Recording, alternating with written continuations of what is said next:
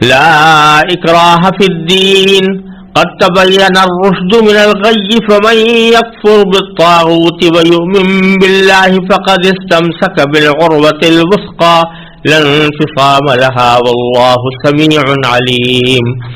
اللہ ولی الذین آمنوا یخرجهم من الظلمات الى النور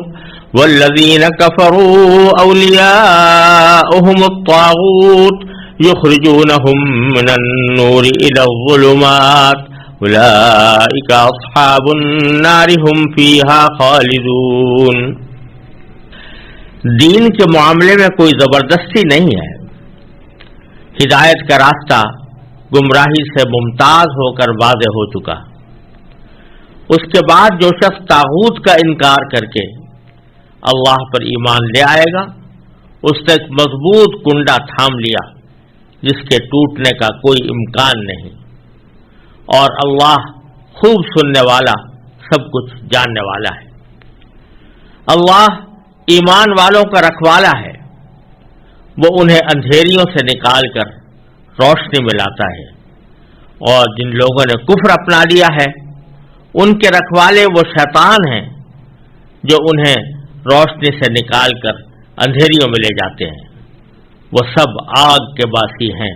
وہ ہمیشہ اسی میں رہیں گے۔ پیچھے یہ بات ذکر کی گئی تھی کہ اللہ تبارک و تعالی اگر چاہتا تو سارے انسانوں کو ایک ہی دین پر زبردستی رہنے پر آمادہ کر لیتا۔ آمادہ کیا کر لیتا؟ یعنی اللہ تبارک و تعالی خود اپنی قدرت کا مظاہرہ کر کے سب کے دلوں کو ایمان ہی کی طرف پھیر دیتا۔ لیکن اللہ تبارک و تعالی نے ایسا نہیں کیا، بلکہ انسان کو اس بات کا موقع فراہم کیا کہ وہ اپنی عقل سے دلائل کی روشنی میں ایمان کو قبول کرے، زبردستی نہیں۔ اسی بات کو اللہ تبارک و تعالی یہاں دوبارہ ارشاد فرما رہے ہیں کہ لا اکراہ فی الدین، اور یہ ایک اصول کے طور پر اللہ جل جلالہ نے یہ بات ارشاد فرما دی کہ دین میں کوئی زبردستی نہیں ہے۔ یہاں زبردستی سے مراد، جبر سے مراد وہ فطری جبر ہے، یعنی جو اللہ تعالیٰ نے اپنی قدرت سے اگر چاہتے تو سبھی کو مسلمان بنا دیتے، سب کا دل پھیر دیتے، تو اللہ تعالیٰ فرماتے ہیں کہ اس طرح کا اکراہ ہم نے، اس طرح کا زبردستی اور اس طرح کا جبر ہم نے نہیں کیا، اس لیے کہ مقصود یہ تھا کہ انسان اپنی عقل سے، اپنی سمجھ سے، دلائل کی روشنی میں ایمان کو صحیح سمجھ کر اس کو قبول کرے تو وہ اللہ تعالیٰ کے یہاں مقبول ہے۔ وہ نے زبردستی، قرآن کریم میں کئی جگہ یہ بات فرمائی ہے کہ اگر ہم چاہتے تو زبردستی سب کو مسلمان کر دیتے، لیکن چونکہ یہ حکمت کے خلاف تھا اس واسطے ایسا نہیں کیا، بلکہ لوگوں کو اس بات کا موقع فراہم کیا کہ وہ اپنی عقل اور سمجھ سے کام لے کر ایمان لائیں۔ تو فرمایا کہ اسی طرح اس کا ایک مفہوم یہ بھی ہے کہ کسی بھی انسان کو اسلام لانے پر مجبور نہیں کیا جا سکتا۔ اگر فرض کرو کہ کوئی شخص اپنے طور پر اس نے کوئی مذہب اختیار کر رکھا ہے تو یہ اس کا اپنا اختیار ہے، اور اللہ تعالیٰ نے کئی جگہ یہ بات واضح فرمائی ہے کہ ہم نے ہدایت اور گمراہی کے نشانات، اس کے دلائل تفصیل کے ساتھ کھول کھول کر لوگوں کے سامنے واضح کر دیے ہیں۔ اب یہ انسان کا کام ہے کہ وہ ان دلائل پر غور کر کے، ان نشانیوں کو سمجھ کر اللہ تعالیٰ پر ایمان لائے، یا اگر وہ گمراہی ہی چاہتا ہے تو بہرحال گمراہی کا بھی راستہ اس کے لیے دنیا میں کھلا ہوا ہے۔ فمن شاء فلیؤمن ومن شاء فلیکفر، جو شخص چاہے ایمان لائے، جو چاہے کفر اختیار کرے۔ لہذا کسی کو ایمان لانے پر، اسلام لانے پر مجبور نہیں کیا جا سکتا۔ یہی وجہ ہے کہ دعوت تو ہے اسلام میں، تبلیغ ہے کہ انسانوں کو اللہ تبارک و تعالیٰ کے سچے دین کی طرف بلایا جائے اور ان کو اس کی ترغیب دی جائے، یہ تو ہے، اور یہ مسلمانوں کو کرنا چاہیے جیسے کہ آگے خود آیات کریمہ میں آنے والا ہے۔ لیکن کسی کو زبردستی مسلمان بنانا، یہ کسی طرح بھی جائز نہیں، بلکہ ایسے واقعات آئے ہیں حضرت فاروق اعظم رضی اللہ تعالیٰ عنہ کے عہد مبارک میں کہ بعض لوگوں کے بارے میں یہ پتہ چلا کہ ان کو زبردستی مسلمان بنایا گیا تھا تلوار کے زور پر. تو اس وقت کے خلیفہ نے اللہ تبارک و تعالیٰ کے حکم سے یہ کہا کہ نہیں، یہ ان کا ایمان معتبر نہیں ہے اور ان کو واپس اپنے دین کے اوپر جانے کی اجازت ہے، کیونکہ ان کو زبردستی مسلمان بنایا گیا تھا. تو زبردستی مسلمان بنانے کا کوئی تصور اسلام میں نہیں ہے. اور یہ جو جہاد اور قتال ہے، اس جہاد اور قتال کا منشا بھی کسی تلوار کے زور سے کسی کو مسلمان بنانا نہیں ہے، بلکہ اس کا اصل مقصد یہ ہے کہ اللہ تبارک و تعالی کا نظام عدل دنیا میں قائم ہو، ظلم کے خلاف تلوار اٹھائی جائے اور اللہ تعالیٰ کے عدل و انصاف کو دنیا میں قائم کیا جائے. اور یہی وجہ ہے کہ اگر غیر مسلم حکومت یا غیر مسلم ملک کوئی معاند نہیں ہے تو اس کے ساتھ صلح کا تعلق بھی باقی رکھا جا سکتا ہے. اور ان جناح للسلم فاجنح لها، قرآن کریم میں فرمایا کہ اگر وہ صلح کی طرف مائل ہوں تو تم بھی صلح کی طرف مائل ہو جاؤ. تو اگر وہ کوئی عناد کا رویہ اختیار نہیں کرتے تو ان کے ساتھ مصالحانہ تعلقات بھی برقرار رہ سکتے ہیں. اور یہ بھی کہ آپ نے یہ حکم سنا ہوگا کہ جو جہاد ہوتا ہے باقاعدہ جہاد اور قتال، اس میں بھی نبی کریم صلی اللہ علیہ وسلم کا مستقل فرمان یہ تھا کہ بوڑھوں کو قتل نہ کرنا، بچوں کو قتل نہ کرنا، خواتین کو قتل نہ کرنا، جو لوگ عبادت کے اندر مصروف ہیں اپنے عبادت گاہوں میں ان کو قتل مت کرنا. اور وجہ اس کی یہ تھی کہ اگر ان کو اسلام لانے پر مجبور کرنا ہوتا تو ان کو بھی قتل کرنے کا حکم دیا جاتا، بلکہ ان کو اجازت دی گئی ان کے ساتھ جہاد نہ کیا جائے، ان کے ساتھ قتال نہ کیا، ان کو مارا نہ جائے. اس سے معلوم ہوا کہ در حقیقت قتال اور لڑائی انہی لوگوں سے ہے جو جنگ کی اہلیت رکھتے ہوں، اور جو جنگ کی اہلیت نہیں رکھتے ان کے ساتھ لڑائی بھی نہیں. اور وہ لڑائی بھی در حقیقت اس لیے ہے تاکہ ظلم کا خاتمہ کیا جائے. لیکن جہاں اسلامی حکومت کی مصلحت اور اس کے حالات کے لحاظ سے یہ مناسب ہو کہ غیر معاند غیر مسلم طاقتوں کو سے صلح کا معاملہ کیا جائے تو یہ صلح کا معاملہ بھی کیا جا سکتا ہے. اگر اس تلوار اٹھانے کا مقصد مسلمان کرنا اور دوسروں کو اسلام پر زبردستی لانا مقصود ہوتا تو پھر اس کی اجازت نہ ہونی چاہیے تھی. تو معلوم ہوا کہ در حقیقت مقصود جہاد کا وہ ظلم کا دفعیہ ہے. کسی اور موقع پر اس کی مزید تفصیل انشاءاللہ عرض کی جائے گی. بہرحال اللہ تبارک و تعالیٰ فرماتے ہیں کہ دین میں کوئی زبردستی نہیں ہے. قد تبین الرشد من الغی، ہدایت کا راستہ گمراہی سے ممتاز ہو کر واضح ہو چکا. تبینہ کے معنی واضح ہو گیا اور رشد کے معنی ہے ہدایت، اور غی کہتے ہیں گمراہی کو. تو ہدایت کا راستہ خوب واضح ہو چکا، من الغی گمراہی سے الگ ہو کر، گمراہی سے ممتاز ہو کر واضح ہو چکا. تو اب لوگوں کے سامنے دونوں راستے کھلے ہوئے ہیں اور آدمی اپنی سمجھ سے جو راستہ بھی اختیار کرے گا اسی کے مطابق اس کے ساتھ معاملہ ہوگا. فمن یکفر بالطاغوت، تو جو شخص طاغوت کا انکار کرے گا اور ویؤمن باللہ اور اللہ پر ایمان لائے گا، فقد استمسک بالعروۃ الوثقی، تو اس نے ایک مضبوط کنڈا تھام لیا، لن انفصام لہا، جس کے ٹوٹنے کا کوئی امکان نہیں. یعنی جس شخص نے طاغوت کا انکار کیا، طاغوت کا لفظ قرآن کریم میں متعدد جگہوں پر آیا ہے اور مختلف معنی کے لیے آیا ہے. اصل میں طاغوت طغیان سے نکلا ہے، جس کے معنی ہوتے ہیں کسی بھی معاملے میں حد سے تجاوز کر جانا، حد سے آگے بڑھ جانا. تو جو مناسب حد ہے کسی بھی عمل کی، اس سے جب آدمی آگے بڑھ جائے تو کہتے ہیں طغا. طاغوت اسی کا مبالغے کا صیغہ ہے، یعنی ایسا شخص، وہ شخص یا وہ ذات جو حد سے بے انتہا گزری ہوئی ہو، اسی لیے اس کے ترجمہ بعض اوقات سرکش سے بھی کیا جاتا ہے، تو اس کے معنی ہوئے، طاغوت کے معنی ہوئے حد سے بے حد گزرا ہوا۔ اب حد سے بے حد گزرا ہوا یہ کون ہو سکتا ہے؟ اس کے مختلف مصداق ہیں۔ ایک مصداق اس کا وہ بت ہے یا وہ دیوتا، خود ساختہ دیوتا جو بت پرستوں نے بنا رکھے تھے اور ان کو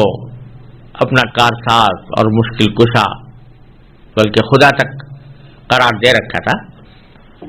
وہ ان کو بھی طاغوت سے تعبیر کیا گیا ہے، کیونکہ یہ طاغوت جو ہے یہ در حقیقت حد سے گزرے ہوئے لوگوں نے اس کو ایک خدا بنا کر پیش کیا۔ تو طاغوت کے معنی ہوئے اس صورت میں بت اور وہ جھوٹے دیوتا، جھوٹے خدا جن کو لوگوں نے اپنی طرف سے خدا بنا رکھا ہے۔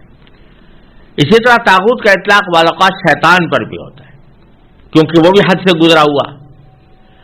تو اس کا ذکر قرآن کریم میں بعض جگہ شیطان کے معنی میں بھی آیا ہے۔ اور تیسرے معنی طاغوت کے مطلق کفر کے بھی ہیں، یعنی ہر وہ عقیدہ جو حد سے نکلا ہوا ہو، جس میں کفر کے تمام پہلو شامل ہیں، وہ بھی طاغوت کے معنی میں بعض اوقات استعمال ہوا ہے۔ یہاں تینوں معنی کا احتمال ہے۔ یہاں جو فرمایا کہ جو شخص طاغوت کا انکار کرے، تو طاغوت کے انکار کرنے میں وہ بتوں کا انکار جن کو خامخواہ لوگوں نے خدا بنا لیا تھا وہ بھی مراد ہو سکتی ہے، اور شیطان کا انکار کہ شیطان کی گمراہی پھیلانے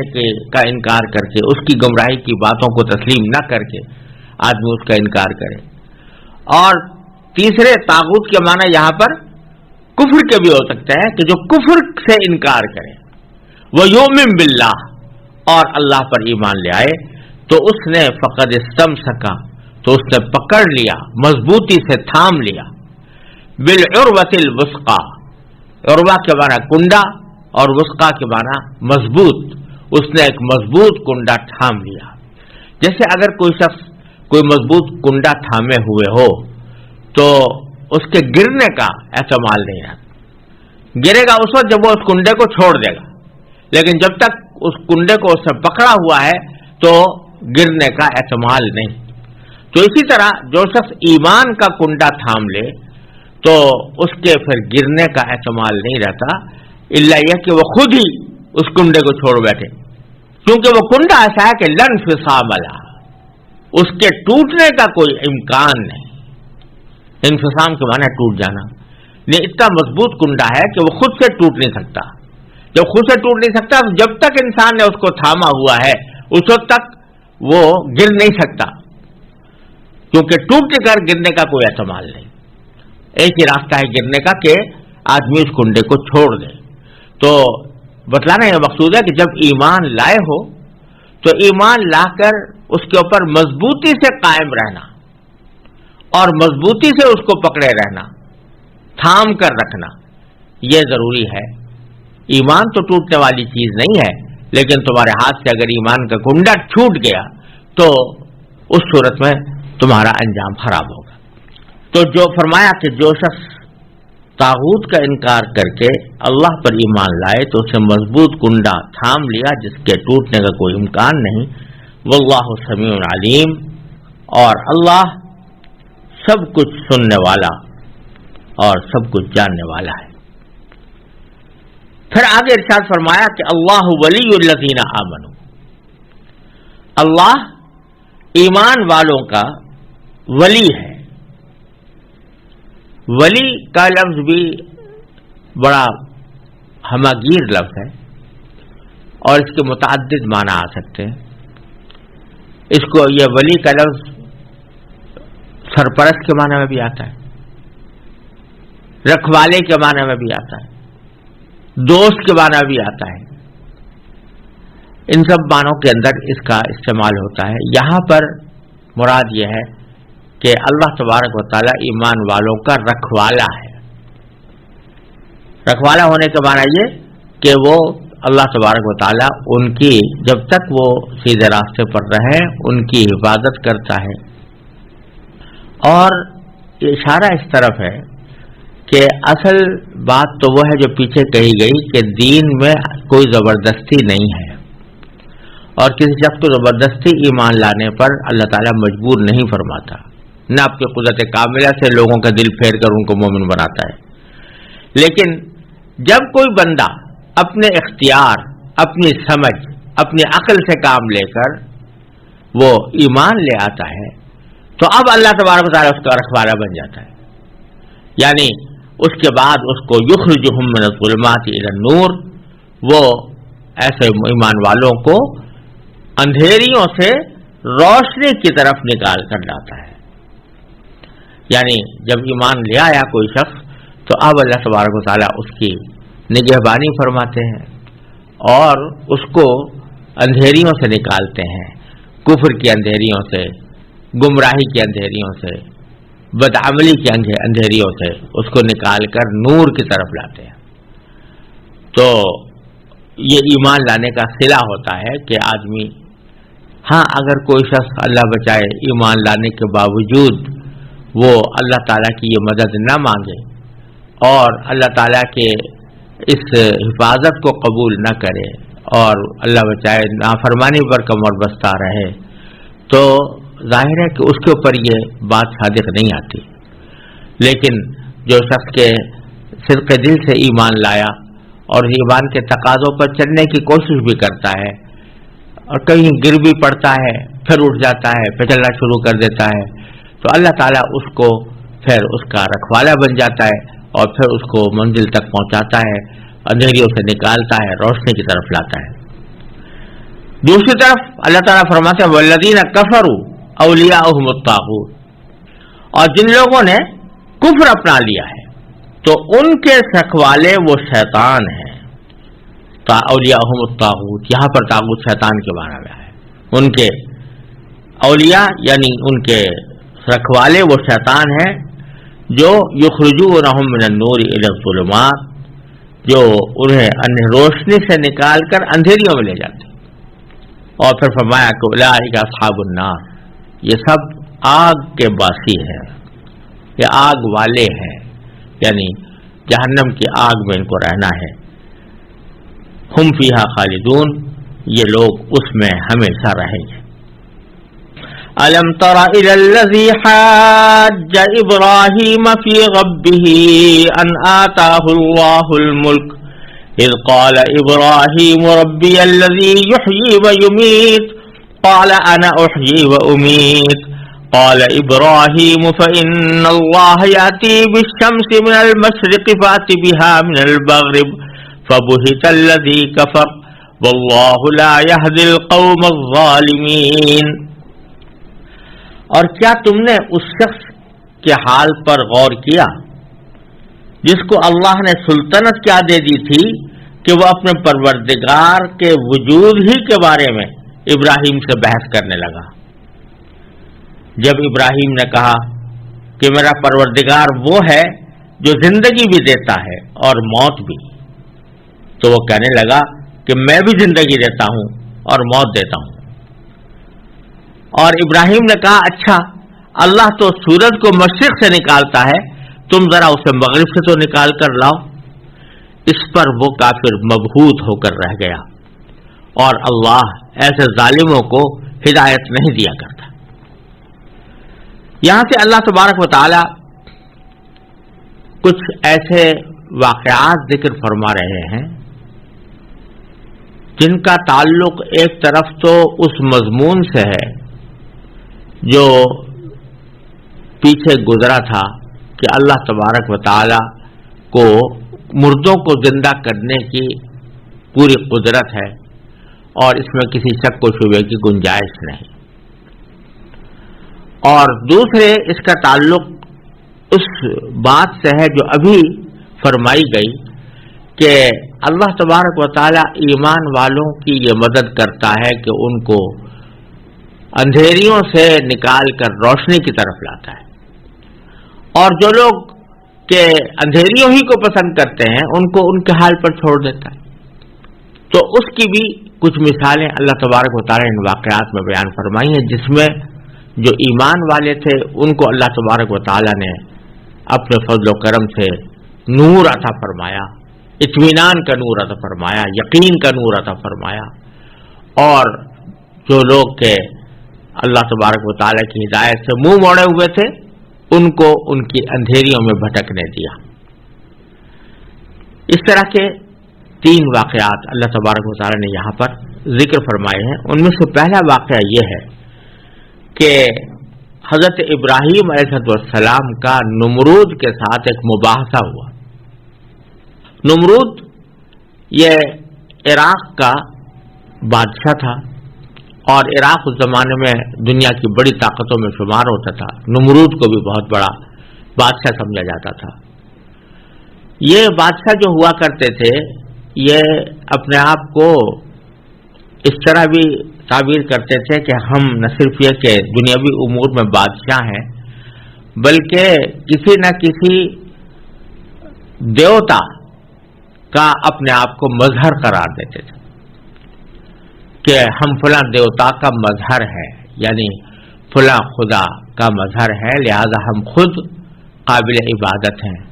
ہماری عبادت ہونی چاہیے، ہماری پرستش ہونی چاہیے، ہماری پوجا کی جانی چاہیے۔ نمرود بھی اسی قسم کا ایک بادشاہ تھا، اور وہ بادشاہ ہونے کے ساتھ ساتھ خدائی کا بھی دعوے دار تھا، اسی معنی میں جس معنی میں نے ابھی عرض کیا۔ تو حضرت ابراہیم علیہ السلام کو اللہ تعالیٰ نے جب پیغمبر بنا کر بھیجا تو انہوں نے نمرود کو جا کر دعوت دی کہ بھائی تم اپنی خدائی کا دعوے کر رہے ہو، تم تو ایک انسان ہو، تمہیں اللہ تبارک و تعالیٰ پر ایمان لانا چاہیے، یعنی اللہ تبارک و تعالیٰ تمہارا اور ہمارا سب کا پروردگار ہے۔ تو اس پر وہ بڑا برفروختہ ہو کر کہنے لگا کہ تمہارا رب کون ہے؟ کون ہے تمہارا رب؟ تو اس پر حضرت ابراہیم علیہ السلام نے یہ فرمایا کہ میرا رب وہ ہے جو زندہ کرتا ہے اور جو موت دیتا ہے۔ تو اس پر اس شخص نے زندگی اور موت دینے کا مطلب ہی نہیں سمجھا، یا جان بوجھ کر اس صحیح مطلب سے اعراض کرتے ہوئے کہا کہ موت اور زندگی تو میں بھی دیتا ہوں، یعنی جس کو چاہتا ہوں اپنا حکم دے کر اس کا سر قلم کروا دیتا ہوں، اور جس کو چاہوں کہ اس کے بارے میں فیصلہ ہو چکا ہے کہ وہ اس کو سزائے موت دی جائے گی، میرے ایک زبان کے ہلنے سے، اس کو معاف کر دینے سے وہ اس کو زندگی مل جاتی ہے۔ تو انا احیی و امید، میں بھی زندہ کرتا ہوں، میں بھی موت دیتا ہوں۔ حالانکہ احمقانہ جواب تھا، کیونکہ حضرت ابراہیم علیہ السلام نے جو فرمایا تھا کہ میرا رب وہ ہے جو زندگی دیتا ہے اور موت دیتا ہے، اس کے معنی ہے کہ زندگی کی تخلیق وہ کرتا ہے، موت کی تخلیق وہ کرتا ہے، نہ یہ کہ موت دینے سے مراد یہ نہیں کہ قتل کر دینا۔ قتل کر دینا تو ہر ایک انسان کو ہاتھ دیا اللہ تعالیٰ نے اور اس کو قوت بھی دی ہے، وہ اگر اپنے ہاتھ کو اور اپنی قوت کو غلط استعمال کرنا چاہے تو دوسرے کو قتل بھی کر دیتا ہے۔ یہ صرف نمرود کی خصوصیت تو نہیں تھی۔ اور جہاں تک اس بات کا تعلق ہے کہ زندہ کرنا، تو جو وہ تو پہلے ہی سے زندہ تھا، تو اس کو اگر یہ کہہ دیا کہ اب تمہاری موت کی سزا ختم کر دی گئی ہے، تو اس کو زندہ کرنا نہیں کہتے، اس کو یہ کہتے ہیں بھائی موت نہیں آنی تھی، اس کی موت جو آنے کا ایک اندیشہ تھا وہ دور کر دیا۔ تو غرض یہ کہ یہ کوئی بات نہیں تھی، کوئی احمقانہ جواب تھا جو نمرود نے دیا۔ لیکن پیغمبروں کا طریقہ یہ ہوتا ہے کہ وہ بحث و مباحثے میں الجھنے سے حتی الامکان گریز کرتے ہیں، خاص طور سے ان لوگوں سے جو بحث برائے بحث کرنے کے موڈ میں ہوں، تو ان کے براہ راست بحث میں الجھنے کے بجائے وہ کوئی سیدھا راستہ اختیار فرماتے ہیں۔ تو حضرت ابراہیم علیہ السلام نے محسوس کیا کہ اس نے ایک کٹ حجتی شروع کر دی ہے، یا تو احمق ہے یا کٹ حجت ہے، لہذا حضرت ابراہیم علیہ السلام نے ایک دوسرے انداز سے دلیل کا ایک دوسرا وار کیا اور فرمایا کہ اللہ تعالیٰ تو سورج کو مشرق سے نکالتا ہے، تم اگر اپنے خدائی کے دعوے دار ہو تو تم ذرا مغرب سے نکال کر دکھاؤ. بس اس کے اوپر وہ مبہوت ہو گیا, حق کا بکا رہ گیا, کوئی جواب نہ بن پڑا. اس کا ذکر اللہ تعالیٰ نے اس آیت میں فرمایا ہے کہ الم ترا, کیا تم نے نہیں دیکھا. اور جیسا پہلے بھی گزرا ہے کہ دیکھنے سے مراد بعض اوقات ہوتا ہے غور کرنا. تم نے غور نہیں کیا, کیا تم نے غور نہیں کیا اس شخص کے حال پر, الی الذی حاج ابراہیم,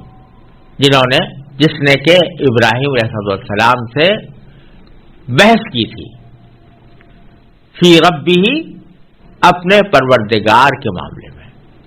یعنی حضرت ابراہیم علیہ السلام کہہ رہے تھے کہ میرا پروردگار کوئی اور ہے, اور وہ کہہ رہا تھا میں ہی ہوں. تو یہ بحث کی تھی اس نے ابراہیم سے, ان آتاہ اللہ الملک. اور وجہ اللہ تعالیٰ نے بتا دی کہ بحث کرنے کی وجہ یہ نہیں تھی کہ واقعتاً وہ کوئی ما فوق الفطرت وجود تھا, بلکہ وجہ یہ تھی کہ اللہ نے اس کو سلطنت عطا کر دی تھی. اب سلطنت کیا عطا کر دی تھی کہ اس کے دماغ چڑھ گئے اور اس کے نتیجے میں اس نے خدائی کا دعویٰ کر دیا. تو اشارہ اس طرف اللہ تعالیٰ فرما رہے ہیں کہ اگر اللہ تبارک و تعالیٰ کسی کو کوئی اعزاز عطا فرمائے یا کوئی بڑا منصب عطا فرمائے تو اس منصب پر اترا کر کوئی کارروائی کرنا یہ بڑی شرافت کے خلاف بات ہے. انسان کو یہ چاہیے کہ جب اس کو کوئی بلند منصب ملے تو جتنا بلند منصب ملے اتنا ہی وہ جھکے, اللہ تعالیٰ کے حضور جھکے, لوگوں کے ساتھ معاملہ انکسار کا اور تواضع کا معاملہ اختیار کرے. نہیں ہے کہ سلطنت ملنے پر اترا جائے اور پھول جائے اور دوسروں کے ساتھ وہ گھمنڈ کا برتاؤ کرنے لگے. تو اللہ تعالیٰ نے فرمایا کہ اس کا یہ بحث و مباحثہ کرنا در حقیقت اپنی سلطنت کے گھمنڈ میں تھا. پھر آگے وہ واقعہ بیان فرمایا کہ جب کہ ابراہیم نے کہا تھا, اذ قال ابراہیم ربی الذی یحیی و یمیت, میرا پروردگار وہ ہے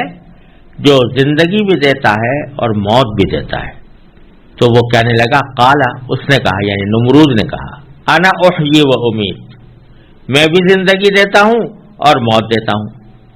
تو وہی بات کہ اس احمقانہ جواب کی تردید کی فکر میں پڑنے کے بجائے ابراہیم علیہ السلام نے دوسرا استدلال پیش فرمایا. قال ابراہیم, ابراہیم نے کہا, فإن اللہ یاتی بالشمس من المشرق, اچھا اللہ تو سورج کو مشرق سے نکالتا ہے, فأتی بہا من المغرب, تم ذرا اسے مغرب سے تو نکال لاؤ. فبہت الذی کفر, قرآن فرماتا ہے کہ اس پر وہ کافر مبہوت ہو کر رہ گیا, کوئی جواب نہ بن پڑا. ایک طرف خدائی کا دعویٰ اور دوسری طرف جب یہ کہا جا رہا ہے کہ سورج کو تم مغرب سے نکال لاؤ تو اس کے اوپر اس کو کوئی قدرت نہیں. جب قدرت نہیں تو اس کے نتیجے میں وہ مبہوت نہ ہوتا تو اور کیا ہوتا, اور اس کی ساری دلیلیں اور ساری ڈینگیں خاک میں مل گئیں. او کالذی مر علی قریۃ وہی خاویۃ علی عروشها قال انا یحیی هذه اللہ بعد موتها فأماته الله 100 عام ثم بعثه قال كم لبثت قال لبثت يوما أو بعض يوم قال بل لبثت 100 عام فانظر إلى طعامك وشرابك لم يتسنه وانظر إلى حمارك ولنجعلك آية للناس وانظر إلى العظام كيف ينشزها ثم نكسوها لحما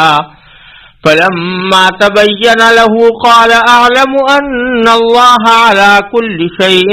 قدير وإذ قال إبراهيم رب أرني كيف تحيي الموتى قال أولم تؤمن قال بلى ولكن ليطمئن قلبي قال فخذ 4 من الطير فصرهن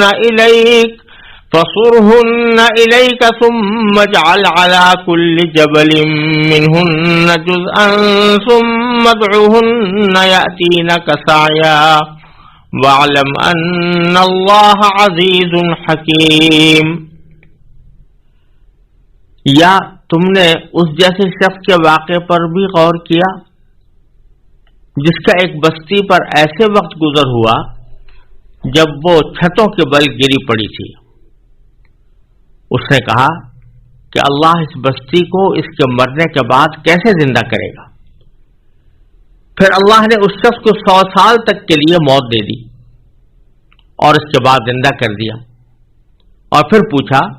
کہ تم کتنے عرصے تک اس حالت میں رہے ہو؟ اس نے کہا 1 دن یا 1 دن کا کچھ حصہ۔ اللہ نے کہا نہیں، بلکہ تم 100 سال اسی طرح رہے ہو۔ اب اپنے کھانے پینے کی چیزوں کو دیکھو کہ وہ ذرا نہیں سڑی،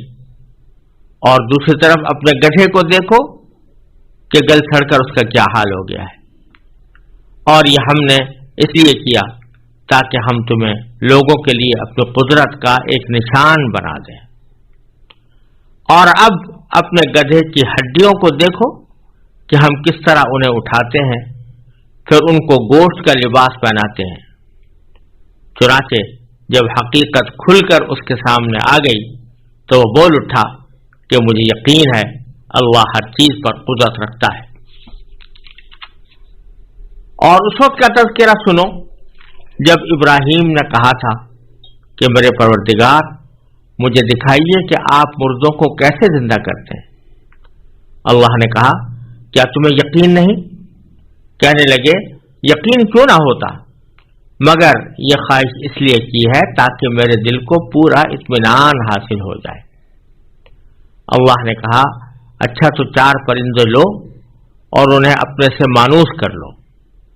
پھر ان کو ذبح کر کے ان کا ایک ایک حصہ ہر پہاڑ پر رکھ دو، پھر ان کو بلاؤ،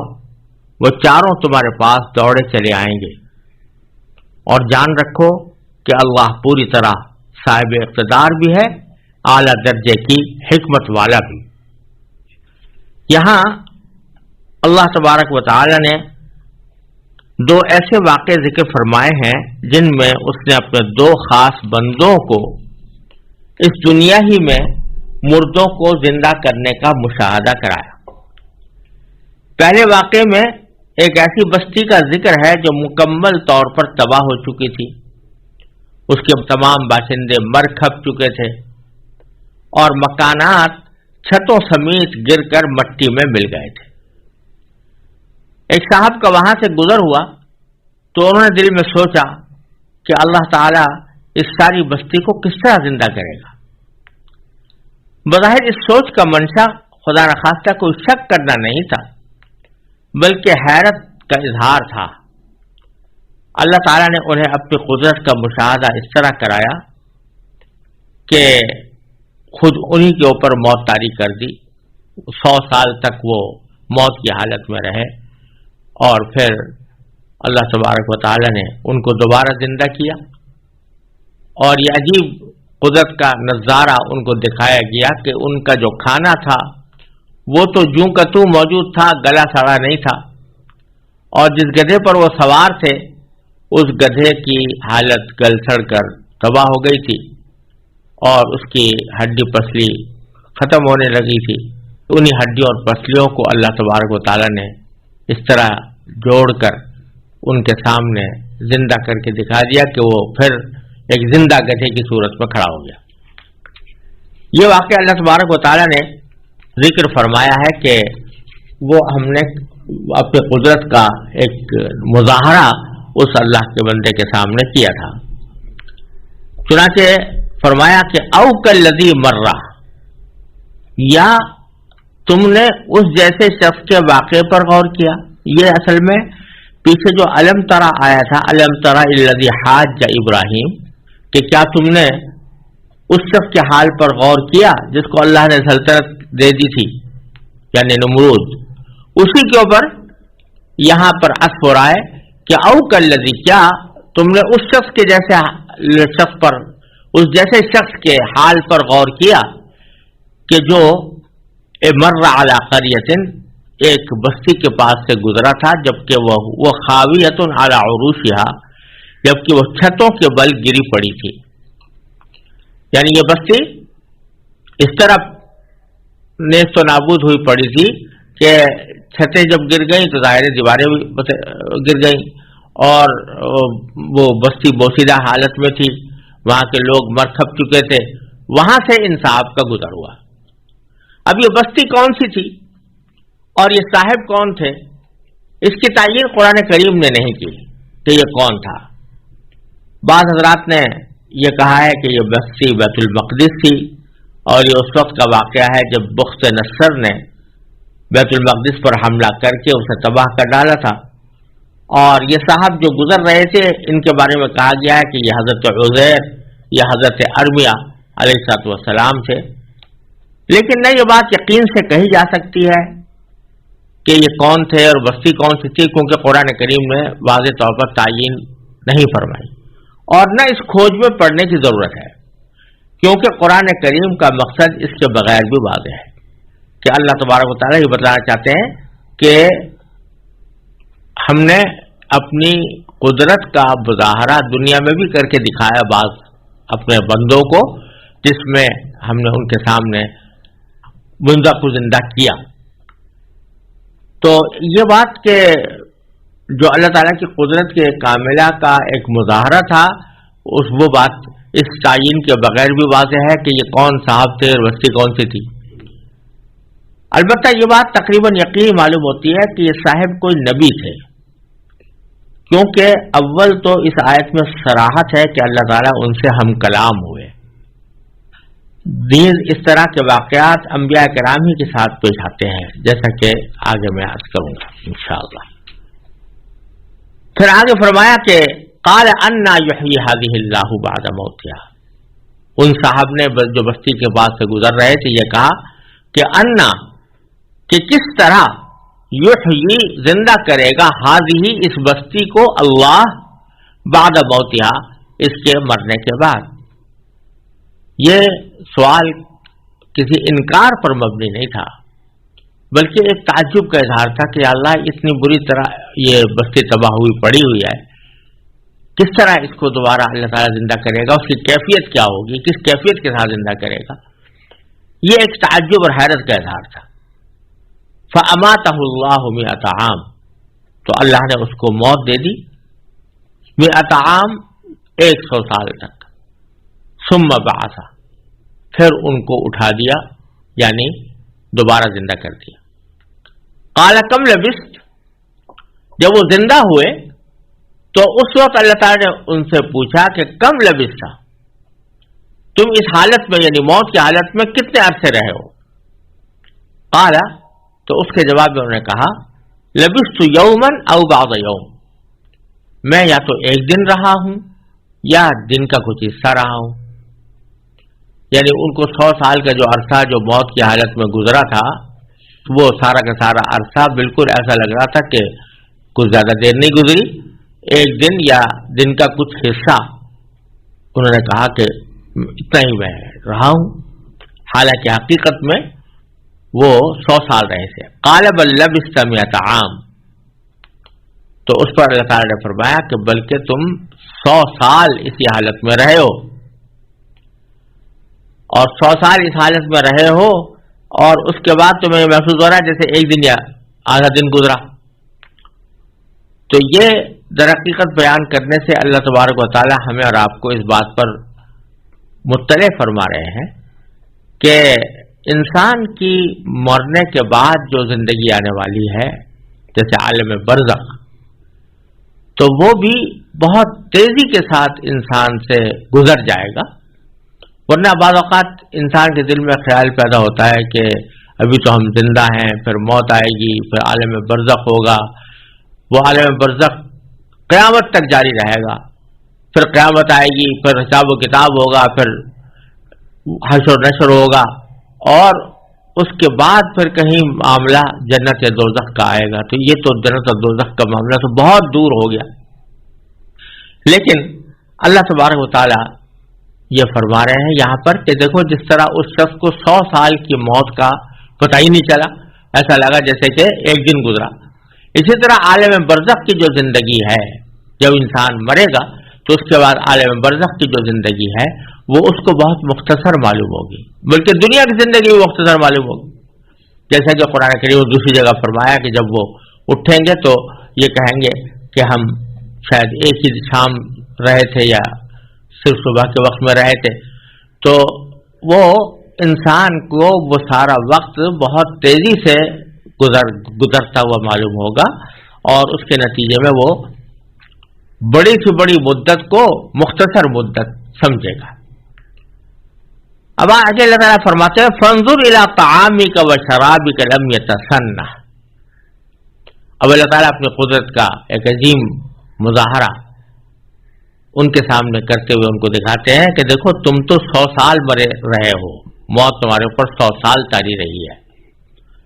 اب ذرا تم اپنے کھانے کو اور اپنے پانی کو دیکھو، جو تم اس وقت میں جب کہ موت تمہارے اوپر طاری کی گئی تھی، اس وقت تمہارا جو کھانا تمہارے ساتھ تھا یا پانی کی جو چیز تمہارے ساتھ تھی، ذرا اس کو دیکھو، لم یتسنہ، وہ بالکل بھی سڑا نہیں، خراب نہیں ہوا، کھانا جوں کا توں ہے، پانی جوں کا توں ہے۔ ایک طرف کھانے کو تو ہم نے اس طرح محفوظ رکھا ہے کہ وہ جیسا تھا ویسا ہی ہے، اس کے اندر کوئی تغیر واقع نہیں ہوا۔ دوسری طرف وانظر الی حمارک، اب ذرا اپنے گدھے کو دیکھو جس پر سواری کر رہے تھے اس وقت، تو اس گدھے کا تو مرکب کے برا حال ہو گیا تھا، اس کے سارے انجن پنجر ڈھیلے ہو گئے تھے، اور وہ ایسا لگ رہا تھا کہ بالکل ہی گل سڑ کر ختم ہو گیا ہے۔ تو اللہ تعالیٰ نے دونوں چیزوں کا مشاہدہ کرا دیا، ایک یعنی یہ مشاہدہ کرا دیا کہ کسی چیز کا گلنا سڑنا یہ بھی ہمارے حکم سے ہے، اور کسی چیز کا باقی رہنا اپنی حالت پر یہ بھی ہمارے حکم سے ہے۔ تو ہم تمہیں دونوں چیزیں دکھا دیتے ہیں، کھانا تو حالانکہ جلدی تباہ ہوا کرتا ہے، جلدی گلا سڑا کرتا ہے، لیکن یہ تو 100 سال تک ہم نے محفوظ رکھا ہے اس طرح کہ نہ اس میں کوئی سڑان پیدا ہوئی ہے، نہ یہ کوئی کسی طرح گلا ہے، اپنی اصلی حالت میں ہے۔ اسی طرح پانی بھی۔ لیکن دوسری طرف گدھا، اب گدھے کو تو بوسیدہ ہونے میں اور گلنے سڑنے میں کچھ وقت لگتا ہے، لیکن اس کے باوجود وہ کھانے کو ہم نے باقی رکھا اور گدھے کو گلا سڑا دیا اور بری حالت اس کی ہو گئی۔ اور یہ کیوں کیا ہم نے وَلِنَجْعَلَكَ آیَةً لِلنَّاسِ، اور یہ ہم نے اس لیے کیا تاکہ ہم تمہیں لوگوں کے لیے اپنی قدرت کا ایک نشان بنا دیں، لوگوں کے سامنے ایک واضح نشان ہو کہ دیکھو اللہ کے کسی بندے کے سامنے اللہ تعالیٰ نے مردے کو زندہ کرنے کی کیفیت بھی آنکھوں سے دکھا دی تھی۔ وانظر الی العظام، اور دیکھو ذرا ہڈیوں کو کہ کیف ننشزھا، ہم کس طرح انہیں اٹھاتے ہیں، ثم نکسوھا لحما، پھر ان کو گوشت کا لباس پہناتے ہیں۔ چنانچہ ایسا ہی ہوا، انہوں نے اپنی آنکھوں سے دیکھ لیا کہ وہ بوسیدہ ہڈیاں کس طرح تر و تازہ ہو گئیں، اور پھر ان کے اوپر کس طرح گوشت چڑھ گیا، اور گدھا اپنی اصلی حالت میں زندہ ہو کر کس طرح کھڑا ہو گیا۔ یہ ساری باتیں انہوں نے اپنی آنکھوں سے دیکھی۔ فلما تبین لہ، تو جب حقیقت کھل کر ان کے سامنے آ گئی تو قال، تو انہوں نے کہا اعلم، تو وہ بول اٹھے کہ مجھے یقین ہے کہ ان اللہ علی کل شیء قدیر، کہ اللہ تعالیٰ ہر چیز پر قدرت رکھتا ہے۔ یعنی ایمان تو تھا ہی، لیکن اب وہ علم الیقین حاصل ہو گیا، عین الیقین حاصل ہو گیا کہ مجھے یقین ہے کہ اللہ تعالیٰ ہر چیز پر قدرت رکھتا ہے۔ ایک واقعہ تو اللہ تعالیٰ نے یہ بیان فرمایا جس میں اللہ تعالیٰ نے اپنی مردوں کو زندہ کرنے کی قدرت کا مظاہرہ فرمایا تھا۔ دوسرا واقعہ آگے حضرت ابراہیم علیہ السلام کا بیان فرمایا کہ ایک مرتبہ حضرت ابراہیم علیہ السلام نے اللہ تبارک و تعالیٰ سے یہ کہا تھا کہ ربی ارینی کیف تحیی الموتى،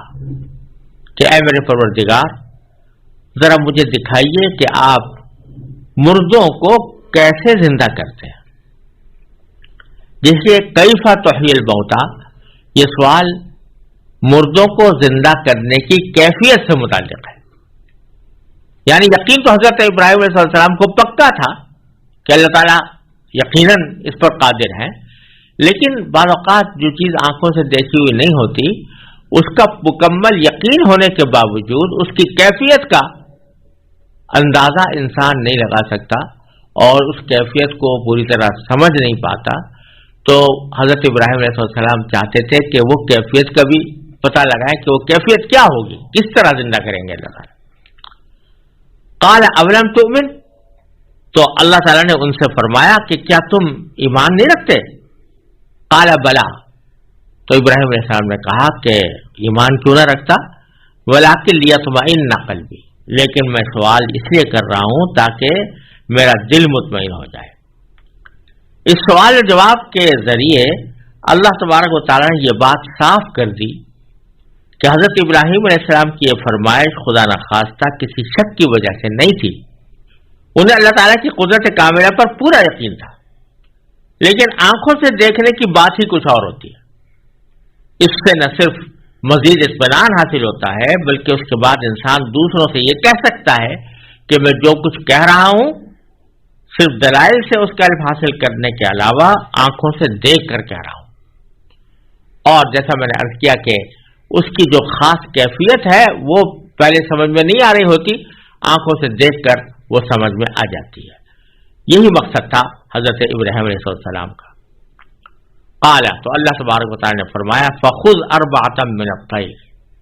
تو چونکہ تم یہ کیفیت دیکھنا چاہتے ہو تو چلو اب تم 4 پرندے لو، فصرہن الیک، اور ان کو اپنے سے مانوس کر لو۔ سرہن کے معنی ہے ان کو ہلا لو، اپنے ساتھ مانوس کر لو۔ جیسے کوئی جانور آدمی پالتا ہے تو وہ اس سے مانوس ہو جاتا ہے، وہ جانور اس کو پہچاننے لگتا ہے اور بندہ اس جانور کو پہچاننے لگتا ہے۔ اس طرح کی صورت پیدا کر لو کہ وہ تمہارے ساتھ مانوس ہو جائے۔ مانوس ہونے کا فائدہ یہ ہوگا کہ جب ہم ان کو مرنے کے بعد زندہ کر کے بلائیں گے تو اس وقت تم پہچان سکو کہ واقعی وہی پرندے ہیں جن کو میں نے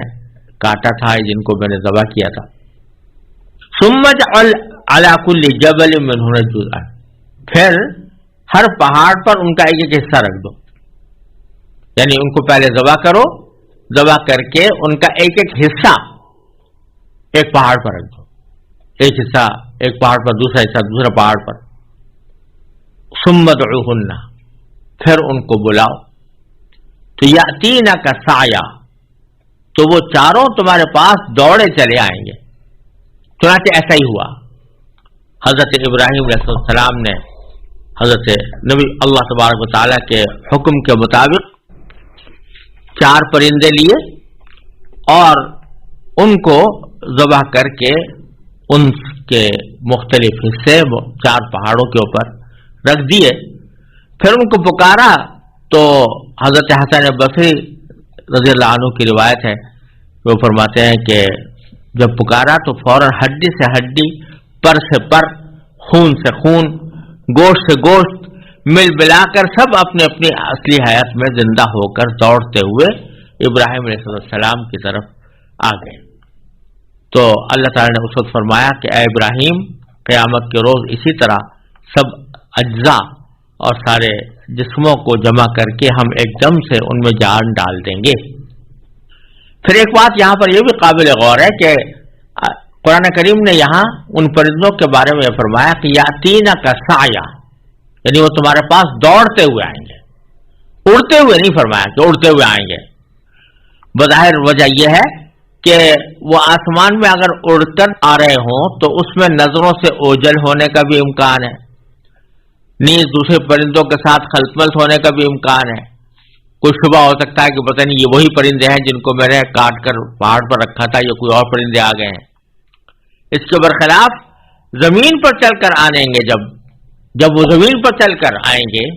زمین پر دوڑتے ہوئے آئیں گے تو سامنے رہیں گے اور اس میں کسی اشتباہ کی کوئی گنجائش نہیں ہوگی۔